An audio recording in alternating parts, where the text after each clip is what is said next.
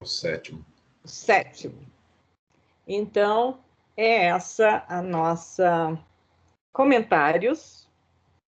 Então, está aberto para comentários. Professora, se tivessem duas categorias que se destacassem, como é que saberia? É por frequência delas nas marcações de valor crítico? Aqui, por exemplo, aqui a gente teve uma, quase foi, que é essa daqui, beleza e confiança. Ela foi 11. Então, entre beleza e confiança, eu tenho uma diferença. Então, eu vou comparando duas a duas. Tá certo? Então, o dinheiro, ela se diferencia de todas as outras. Então, são as chamadas comparações múltiplas. Então, eu vou falar, olha, o dinheiro, ele tem diferença com todas as outras. Beleza e confiança, veja, ela foi quase, né, quase significativa, foi menor, mas vamos supor que bateu na trave ali, ficou perto, onde a confiança é muito mais valorizada do que a beleza. Tá, entendi. Então, a confiança aqui também ganha de inteligência. E a confiança ganha do senso de humor, com 10 pontos. Então, parece ser que a confiança quase, mas ela não se diferencia muito de quem? Ela não vai se diferenciar muito da inteligência, menos. Tá vendo? Entendi. Ali no nossa tabela, se a gente tivesse observado, tá vendo? Confiança, tem alguém ali, esse, o indivíduo 7 é ele? 9. Deu um valor muito baixo para a confiança. E deu um valor mais alto para o senso de humor. E esse indivíduo 2 deu para a confiança menor do que a beleza e que a inteligência. Enquanto os demais, olha, quase todo mundo deu 5, 4, 5, 4. Então, aqui nós temos o indivíduo 9, o indivíduo 7. Esse indivíduo 7, ele quis ser diferente. Olha como ele é diferente. Né? Quis atrapalhar a nossa, a nossa pesquisa. Então, mas olha, quando a gente vê, a confiança parece ser um valor muito bem avaliado como importante para o parceiro ideal. Mais que a inteligência, mais que o senso de humor e mais que a beleza. Mas não foi significativo. Ok? Professora, aí não precisou colocar impostos porque os dados já sugeriram um posto. Sim, assim. já foi colocado imposto. Você já perguntou, a pergunta foi impostos. Tá certo? Mas se a variável não estiver em impostos, eu posso, então, colocá-la em impostos.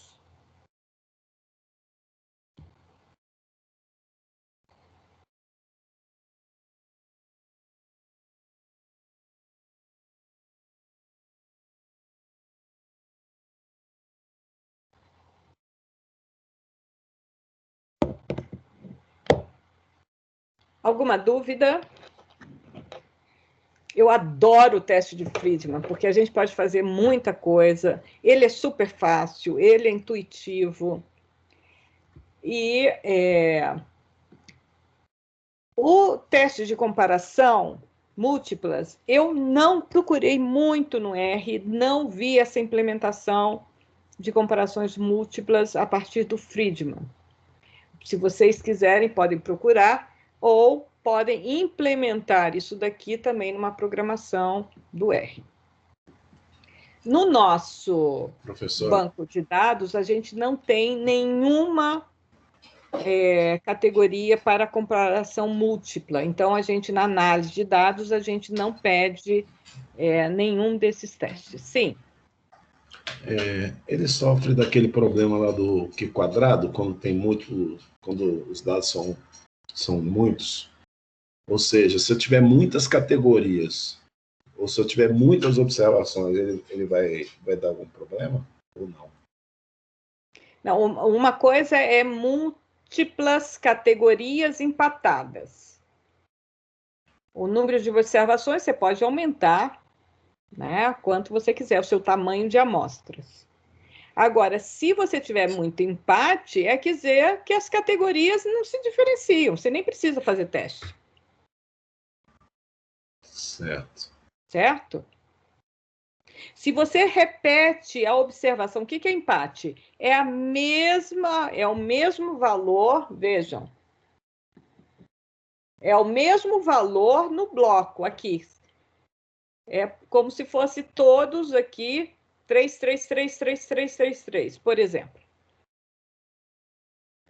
Então, a pessoa não informou nada. Se todo mundo fala que é tudo igual, por isso a insistência, por isso que tem técnicas de pergunta. Não, você tem que priorizar.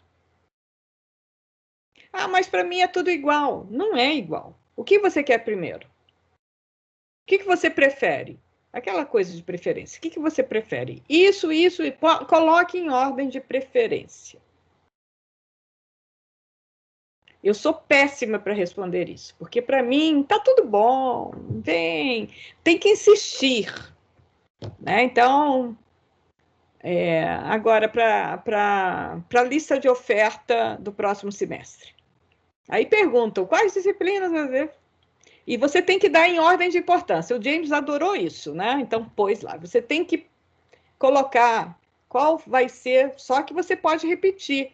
Eu ponho assim, em ordem de importância. Primeiro, segundo, terceiro, quarto. Claro que são várias disciplinas, aí empata muita coisa. Tem aquela que eu não quero dar jamais. Claro que tem umas que eu não quero dar jamais, que não é a minha área. Então, o que eu vou fazer com isso? Não tenho tempo. Agora eu não tenho tempo. Mas como eu não ponho nada, cai para mim o que ninguém quer. Mas eu fico feliz, de qualquer maneira. Então, mas as pessoas podem priorizar e é uma técnica muito bem, muito usada, porque você pode identificar diferenças. E como você coloca impostos, então essas diferenças, não uma métrica muito exata, mas de preferência, você capta o sentimento. Muitas vezes é interessante captar percepção, né? Sentimentos, principalmente em tempos de pandemia. Então, tem algumas variáveis que são difíceis você captar de maneira mais objetiva. Então, você capta subjetivamente.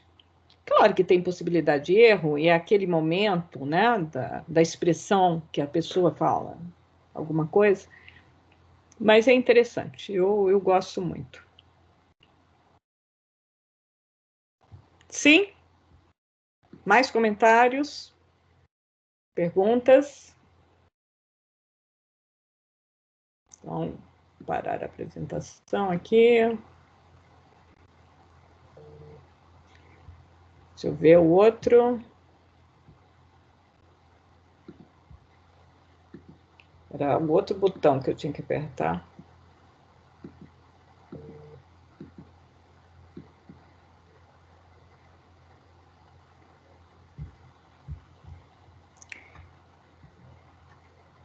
Não, era esse daqui.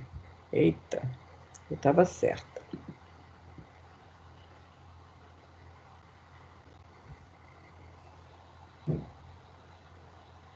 Vocês estão vendo minha tela, gente? Ainda não. professor. Deu um tilt aqui. Não estou conseguindo apresentar. O Teams, ele vai estressando, eu acho.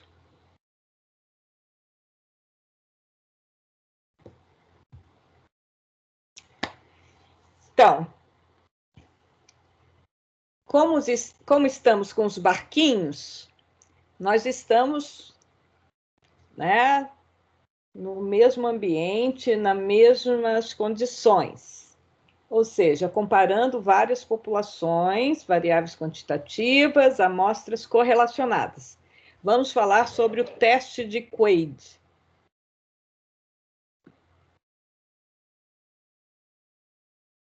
Então, aqui é a mesma coisa. Temos as duas perguntas. E nós estamos no mesmo delineamento em que nós temos amostras correlacionadas, pareadas, e a nossa variável de interesse, ela não é normal. Mas neste caso do teste de Quaid, a nossa variável tem, no mínimo, uma métrica intervalar. Então, esse teste ele foi proposto por Dana Quaid em 1979. Então, já é uma variação, passou muito tempo, né, do teste de Friedman, e é do pessoal da Carolina do Norte, Chapel Hill. Chapel Hill também é um centro muito conhecido de pesquisa na área de delineamento de experimentos, áreas experimentais, e foi lá que nasceu o SAS. O SAS nasce com esse grupo aí de Chapel Hill.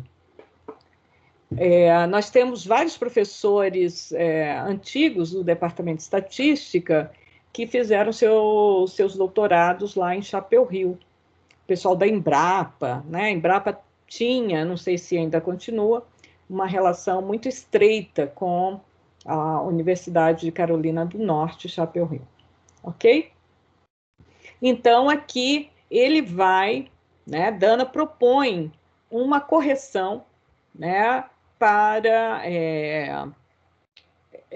esse teste. Era muito simples, né, mas quando você tem uma métrica mais quantitativa, uma intensidade medida numa escala intervalar e de razão, por que não aproveitar essa intensidade? Por que reduzir a escala em uma escala ordinal? Por que não aproveitar, não é, essas métricas? Então, Dana propõe esse teste que ele não é muito conhecido, mas vejam, porque muitas vezes você está com amostras normais e você vai aplicar diretamente análise de variância. Mas se você não tiver, né, uma normalidade, você pode trabalhar com esse teste. Vejam que nos dois casos, Friedman e Quaid, eu estou trabalhando com blocos completos. Eu tenho as observações de todas as categorias, para cada uma das observações, para cada um dos blocos, eu tenho toda a informação para todas as categorias. Então, tem muitos casos que eu tenho blocos incompletos. Vocês vão ver também ferramentas para trabalhar com blocos incompletos na disciplina de delineamento. Ou seja, falta informação. Quando falta informação, o que eu devo fazer? Nós não vamos ver isso aqui. Então, o teste de Quaid é considerado uma extensão do teste de postos sinalizados de Wilcoxon para amostras correlacionadas. Então, você também não precisa fazer nenhuma inferência sobre a distribuição de probabilidades e a técnica também vai ser baseada em postos, só que nós vamos ponderar esse postos. Então, vai ser igual o de Wilcoxon, que ele vai sinalizar os postos, aqui a gente vai ponderar, de certa forma, ordenar e ponderar esse postos. Nós vamos ver como. Como eu disse, a escala de mensuração é no mínimo intervalar. Então, mais uma vez, né, eu tenho aquelas observações, as observações em bloco, N observações em bloco, com R categorias. Em primeiro lugar, como eu tenho uma métrica intervalar ou de razão, eu posso calcular a amplitude de variação entre as observações dentro de cada bloco. Então, eu tenho, dentro de cada bloco, eu tenho o valor máximo e o valor mínimo, tá? Então, eu vejo a amplitude dentro de cada bloco. E eu vou ordenar essas amplitudes. Então, eu vou ordenar as amplitudes e em cada... eu tenho N amplitudes. Então, em cada bloco, eu vejo qual foi o menor valor nesse bloco, qual foi o maior valor nesse bloco. Ok? Então, tem observações que vão ter uma amplitude muito grande e tem observações que vão ter amplitudes menores. Certo? Então, aqui eu vou ter diferentes amplitudes, poderei ter, porque eu tenho uma métrica, né, mais objetiva, não é uma subjetiva não é uma subjetividade a partir dos postos atribuídos. Mas eu vou, antes de atribuir postos, eu vou ver qual é a distância, qual é a amplitude de variação naquele bloco. E aí eu vou ordenar os blocos, os N blocos, as N observações em bloco, segundo a sua amplitude. E vou atribuir essa variável Q. Essa variável Q vai variar, né, vai assumir valores de 1 até N, podendo ter empates, se as amplitudes forem as mesmas. E aí eu tenho que fazer aquela coisa, né? Os postos serem distribuídos. Então, cada bloco eu tenho amplitude, as amplitudes são ordenadas e eu atribuo posto para essas amplitudes. Em caso de empate, eu somo os postos respectivos e divido pelo número de observações empatadas. Até aí, tudo bem?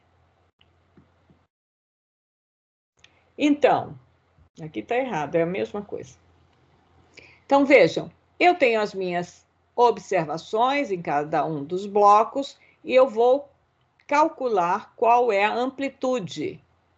Pego o máximo aqui na linha e o mínimo e vejo a amplitude. E atribuo aqui, ponho aqui do lado, qual foi a amplitude. Amplitude, amplitude, amplitude, amplitude, amplitude. Eu tenho N amplitudes. E aí eu vou atribuir postos de 1 até N,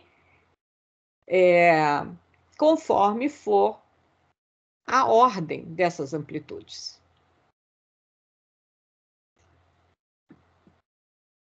Então, veja. Eu tenho os meus dados originais.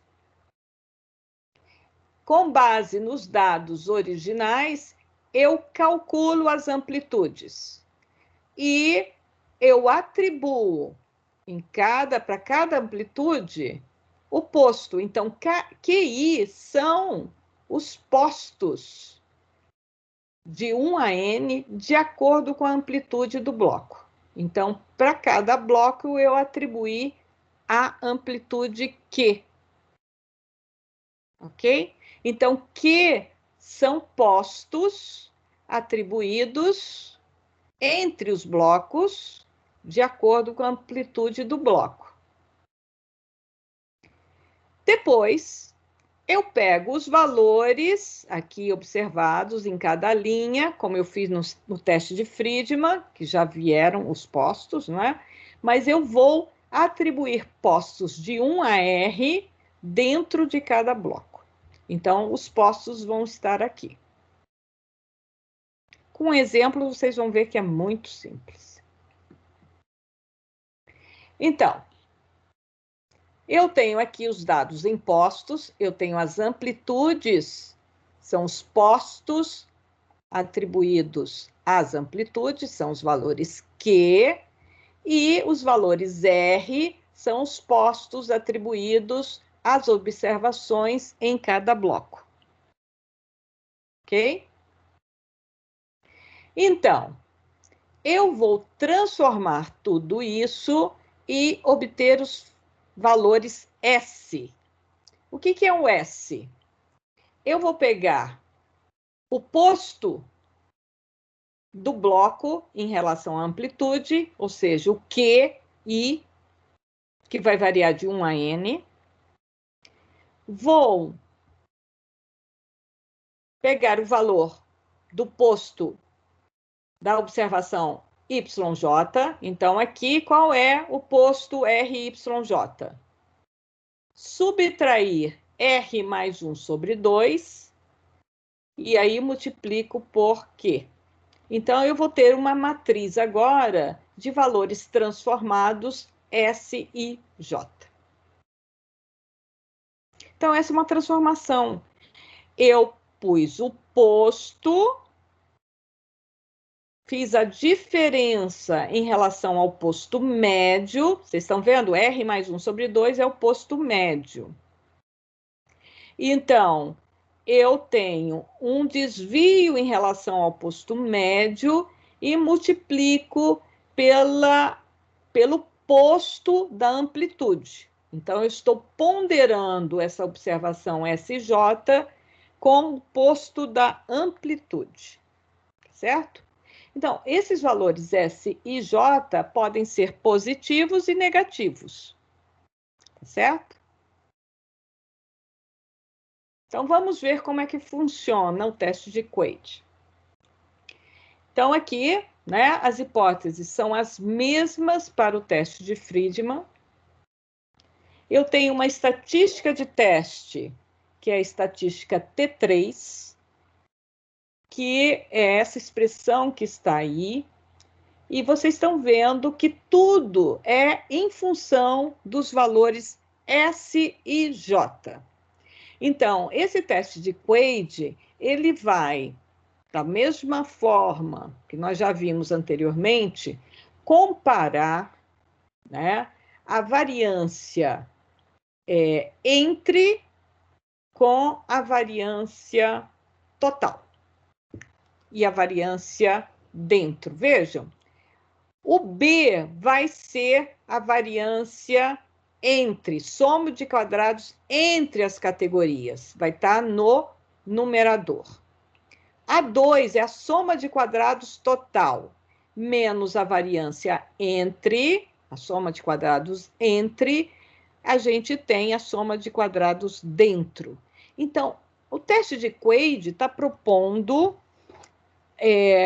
a mesma estatística de teste da NAD-variância, F, que compara a variabilidade entre com a variabilidade dentro, ok?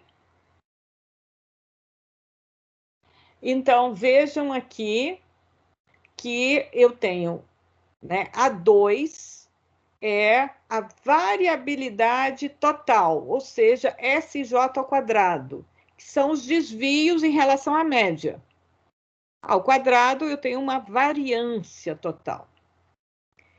B são os desvios em relação das médias em relação à média total. Então, isso daqui é a variabilidade entre, ok?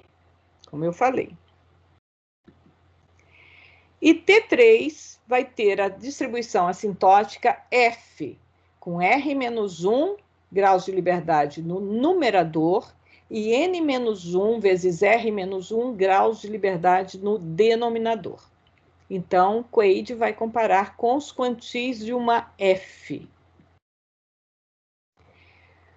As comparações múltiplas vão ser dadas por essa expressão, que é muito parecida com a expressão do Friedman, ok?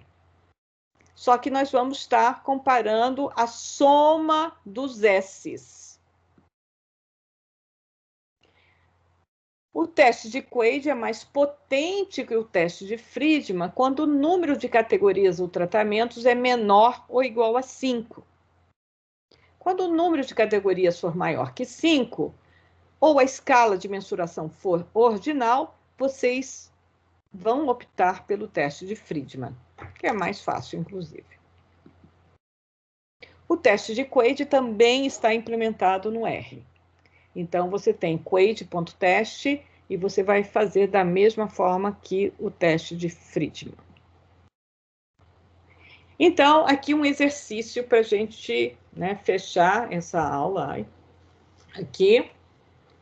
Então, para uma amostra aleatória de 12 estudantes da disciplina de Métodos Estatísticos 2 em 2020, também a gente construiu o exemplo enquanto estava em aula.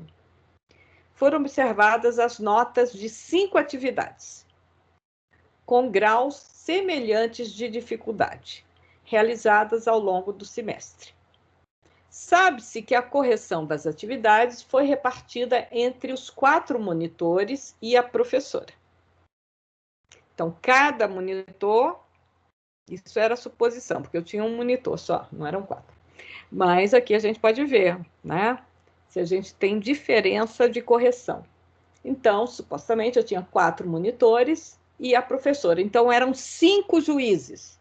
Tem muito isso. 5 juízes vão avaliar as atividades. Sendo que cada um desses avaliadores corrigiu apenas os trabalhos da atividade sob sua responsabilidade. Então, ele deu a nota. Como as atividades supostamente têm graus semelhantes de dificuldade, eu posso comparar. Eu posso dizer que, se há diferença, as diferenças se devem à correção e não a um grau de dificuldade da atividade. As notas das atividades para cada um dos 12 estudantes encontram-se na tabela a seguir. Com base nos resultados apresentados, pode-se afirmar que existem diferenças nas notas atribuídas às 5 atividades? No caso de haver diferenças, você diria que elas se devem a um padrão de exigências diferenciado entre os responsáveis pela correção? Quais seriam os pressupostos para tal afirmação? Então, vamos lá. Aqui estão as notas das 5 atividades. Cada uma foi corrigida por um juiz. Adivinhe qual foi a atividade corrigida pela professora? E qual foi a atividade corrigida pelos diferentes monitores?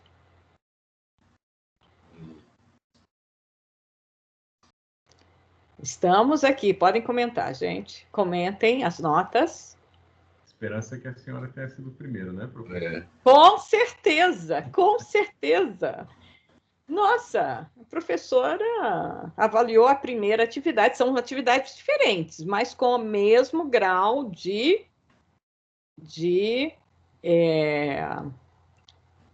como é que é? Dificuldade.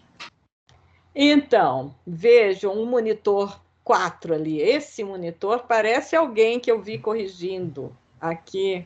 Quando a gente pede para corrigir, tem gente que é mais realista que o rei, não é?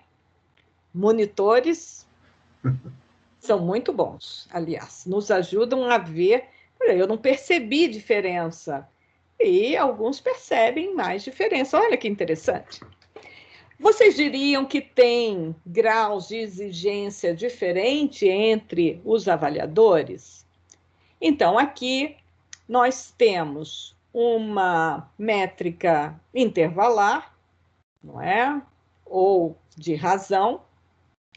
Então, nós podemos aplicar o teste de Quaid. Como é que eu vou aplicar o teste de Quaid? Primeira coisa, hipóteses. Então, são as mesmas hipóteses. Então, que a distribuição dos postos dentro dos blocos é igualmente provável, porque eu vou atribuir postos, ou as notas são atribuídas, né, de maneira igualmente provável, e que existe diferença. Então, vamos lá no teste de Quaid. o primeiro passo é computar as amplitudes em cada bloco. Então, vejam, no primeiro bloco, a amplitude é de 5 pontos. No segundo bloco, 5 pontos. O terceiro bloco, 7. Tá vendo aqui? Olha, a nota 3. Aqui também 5, depois 6, 5, 6, 8, 6, 6, 9, 7. Então, calculei as amplitudes. Em seguida, eu vou atribuir postos a essas amplitudes. Vocês estão vendo que eu tive muito empate aqui em 5, né? Então, 1, 2, 3, 4. 4 postos. Então, ficou uma média de 2,5. E assim sucessivamente fui atribuindo os postos. Ok? Então, o nosso QI já está estabelecido. Ao mesmo tempo, eu atribuí postos de 1 a 5 a cada uma dos blocos, na linha. Então, fui atribuindo os postos. Aqui empatou, vocês estão vendo? 7 com 7, empatou. Aqui tem outro empate, 1,5, 1,5. Há alguma pergunta sobre esse procedimento de atribuição de postos das amplitudes e postos das observações em cada bloco? É simples, não é simples? Sim. Professora, Sim. você só pode repetir como você obteve o QI? O QI, posso. O QI, primeiro passo, eu calculo amplitude. Amplitude é pegar o valor máximo, aqui é 10, e o valor mínimo, esse foi 5. Então, 10 menos 5, 5. Aqui também, 10 menos 5, 5. 10 menos 3, 7. 10 menos 5, 5. 10 menos 4, 6. 10 menos 5, 5. 10 menos 4, 6. 10 menos 2, 8. E assim sucessivamente. Agora eu vou ordenar estes valores. Então, o menor valor é 5, que se repete 4 vezes. Depois eu tenho o valor 6, que se repete 4 vezes também. Depois eu tenho o valor 7, que se repete 2 vezes. Eu tenho o valor 8 e o valor 9. Então, o valor 5 ocupa a posição 1, 2, 3, 4. Certo? Então, 1 mais 2, 3, mais 3, 6, mais 4, 10. Dividido por 4, 2,5. Então, todas essas observações vão ocupar a posição 2,5, porque houve empate. Tá certo, professora. E assim Obrigado. sucessivamente. Ok? Ok. Então, Muito obrigado. isso é a atribuição dos empates. Não, é muito importante que vocês entendam essas observações aí. Então, eu já tenho os valores de QI e tenho os valores dos postos em cada uma das linhas. Então, agora eu vou transformar isso daqui em S.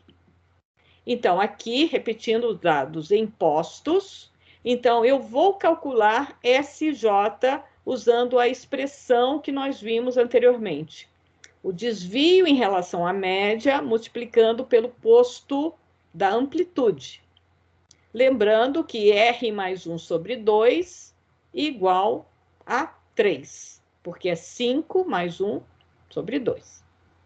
Então, agora, para cada posição, eu vou pegar R e J. Primeira posição, 5. 5 menos 3,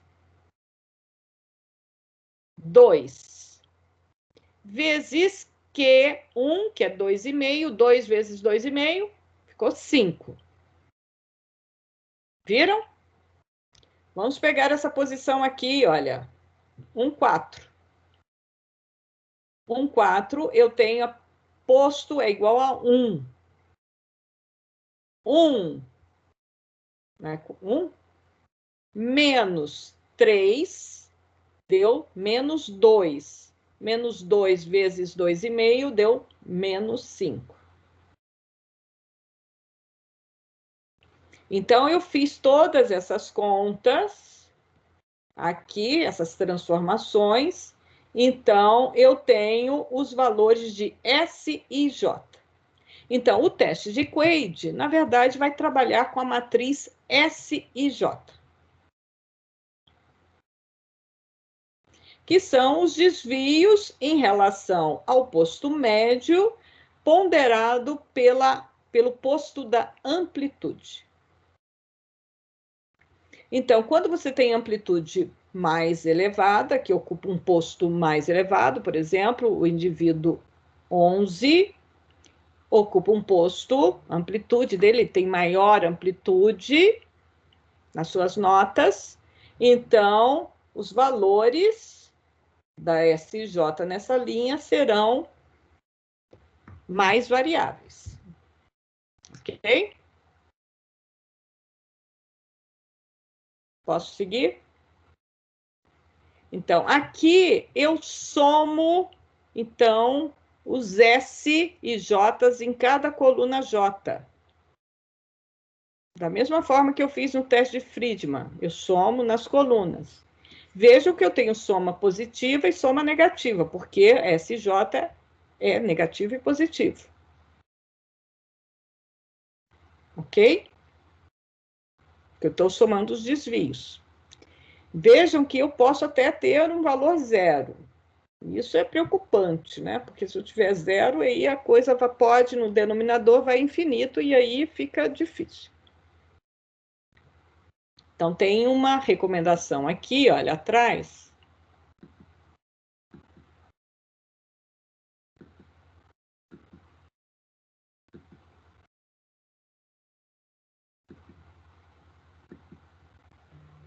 Ai, peraí.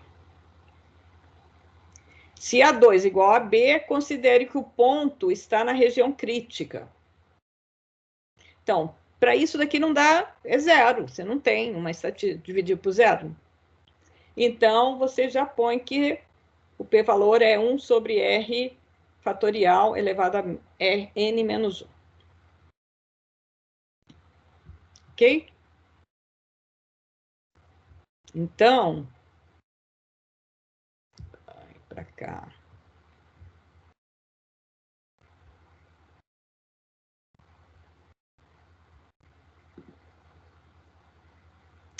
Então, nesse nosso caso, eu fiz as contas. Então, aqui as contas. SJ é a somatório do SJ em todas as observações, essa linha final de soma. A2, SJ ao quadrado, que é a variabilidade total, deu isso daqui, eleva ao quadrado, né?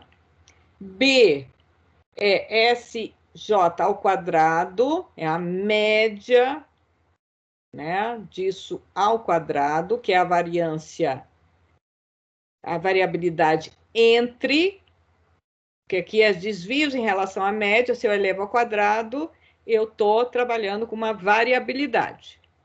Só que é entre, ok? E o nosso T3 vai dar 10,03. Então, a gente vai na nossa regra de decisão aqui, o nosso valor F é 2,5837. T3 é 10. O p-valor é muito pequeno. Então, a gente rejeita H0. Ou seja, as avaliações foram diferentes. Quem é diferente de quem? Então, eu vou usar essa expressão que a gente viu, e eu digo, olha, SI menos SJ em módulo tem que ser maior que esse valor, 85,737. Então, eu vejo aqui, em módulo, isso menos isso. tá? Então, tudo é, na verdade, isso daqui é módulo.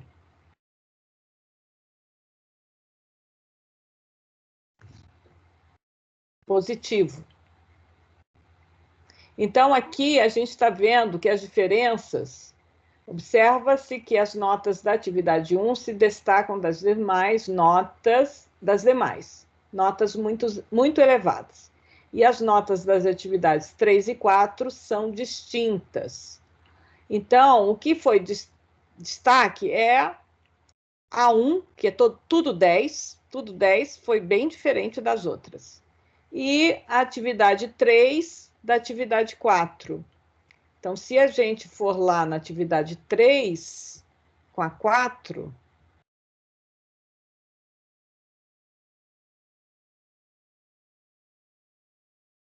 é esse indivíduo que avaliou muito mal todo mundo em relação a essa daqui. Agora, 4 com 5 não tem diferença significativa, nem 4 com 2, nem 2 com 3, nem 3 com 5. 3 com 4 deu diferença significativa. Ops.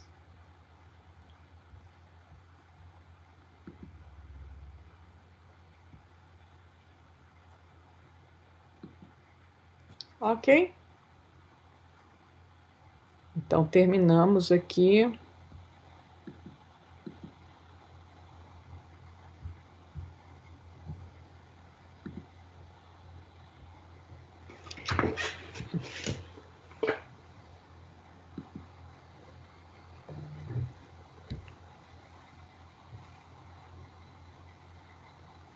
Muito conteúdo mesmo. Mas são coisas interessantes, né? O teste de Friedman e o teste de Quaid, nós não vamos usar na nossa base de dados, porque a gente não tem observação para isso. Né? Tem que ser só se a gente tivesse outras provas ou alguma coisa mais, né? Perguntar para os alunos várias coisas. E a gente não tem isso para aplicar. Então, vocês vão fazer mais exercícios, não é? Eu vou pôr na lista de exercícios, só temos 2 exercícios. Então, agora você tem como fazer toda a lista de exercícios que já estava lá.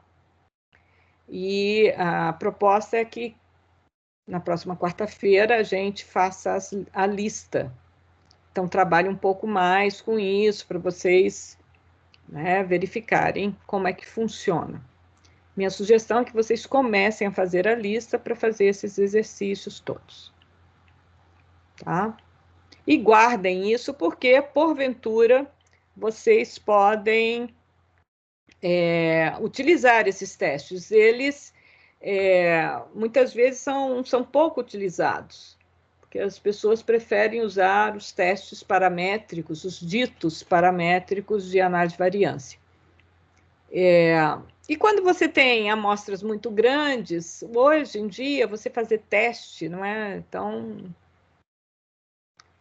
vai dar significativo sempre. Mas numa amostra, assim, você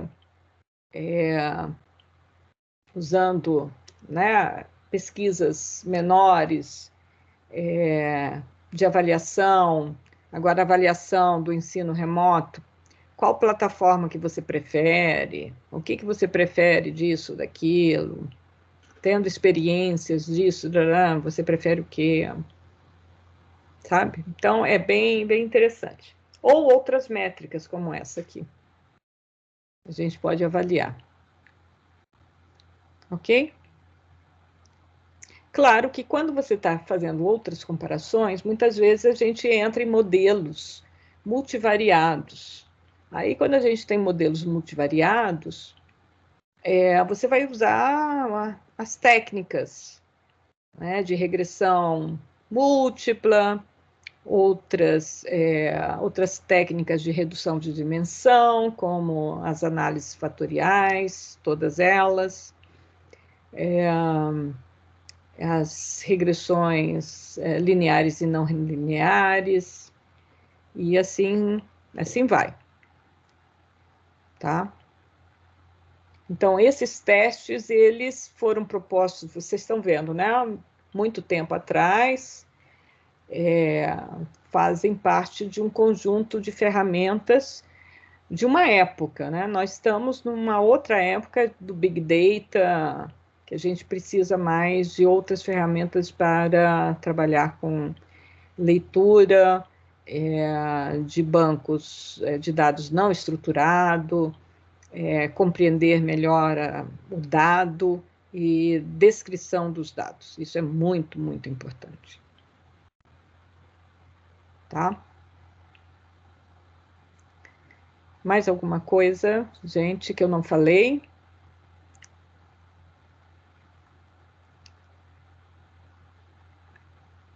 Não? Então, eu estou com dificuldade de corrigir, né? Novamente falando, gente, chega fim de semana, meu fim de semana é ocupado por... Estou tendo que escrever não sei quantos artigos e... não sei, ainda tem o relatório CAPES, tem relatório disso, relatório e ainda estou na editoria de um número, de uma revista, não sei se eu vou sobreviver, e 2 netas para cuidar. Ainda bem, ainda tem um projeto de extensão para fazer tudo. Então, aqueles do projeto de extensão, acho que a gente vai fazer uma reunião, quem que estiver no projeto, muito bem-vindos. A gente tem muita coisa para fazer, ainda bem que eu tenho vários colegas aqui trabalhando juntos conosco, e vai ser muito divertido. Então, brevemente, nós poderemos nos encontrar presencialmente, porque a vacinação está caminhando, vai chegar a Pfizer por aí, e vamos cada vez mais atingindo a população mais jovem. Daqui a pouco vocês estão aí, né, na população-alvo. Fico muito feliz com isso. Alguém quer comentar alguma coisa para fechar a aula? Não, professora. Só tirando que eu não posso tomar vacina, tá tudo bem. Mas, mais uma vez, adorei estar com vocês. Então, sempre é muito bom estar aqui. Professora, sobre o